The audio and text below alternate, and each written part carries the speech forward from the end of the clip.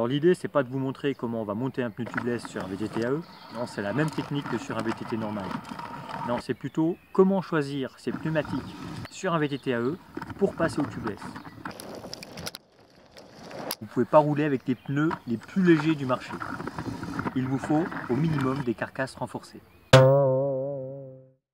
Le vélo est plus lourd, il faut pouvoir absorber ces nouvelles contraintes sans risque de pincement. Si vous voulez rouler tubeless, le but est de rouler basse pression, 1,8 kg, 1,9 kg. Si c'est pour rouler à 2,4 kg, oui, vous pouvez mettre n'importe quel pneu.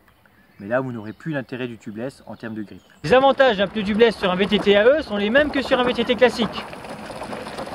Une pression plus basse, donc plus de grip, moins de risque de crevaison, du liquide préventif contre les épines et autres clous, le pied quoi.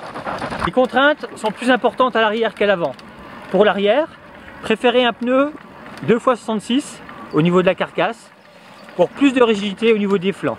Cela vous permettra d'abaisser la pression, environ 1,8 kg, 1,9 kg suivant votre gabarit, et surtout de profiter pleinement du tubeless, donc de plus de grip.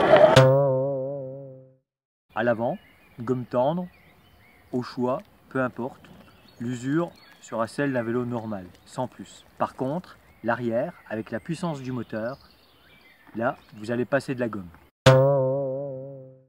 Privilégiez des pneus trigomme. Une gomme plus dure au centre pour le roulement et une gomme plus tendre sur les côtés. Le montage tubeless nécessite l'utilisation d'un liquide préventif. Inutile d'en mettre plus que sur un vélo normal. Le choix ne se limite pas qu'à des pneus e-bike. Vous pouvez également rouler avec d'autres profils de pneus. Il suffit juste de bien choisir vos carcasses. Dans la boue, par exemple, vous pouvez rouler en taureau. Il vous suffit pour l'arrière de choisir un 2x66 et pour l'avant un 66 classique. Autre pneumatique adapté au VTT AE, le Squall en montage arrière 2x66, coordonné éventuellement avec un Gila à l'avant. L'intérêt de passer en tubeless sur un 27,5+ ne sera pas de descendre la pression, puisque un 27,5+ roule déjà sur des pressions basses, 1 kg à l'avant, 1,2 kg à l'arrière pour un VTT AE.